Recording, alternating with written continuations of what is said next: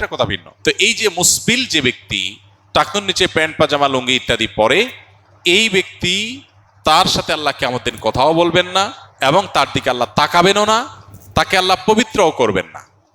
এই তিনটা ভয়াবহতা এই ব্যক্তির জন্য আছে, যে ব্যক্তি টাকনুর নিচে প্যান্ট পাজামা লুঙ্গি পরে। আমাদের দেশে অনেকে আছেন মসজিদে নামাজ পড়তে আসলে তখন প্যান্ট ভাঁজ করে। অনেক মসজিদে মুয়াজ্জিনরা মাইকে বলেনও যে টাকনুর নিচে যাদের প্যান্ট আছে প্যান্টগুলো উঠায় নেন। নামাজের জন্য এই কথা কেন বলবেন?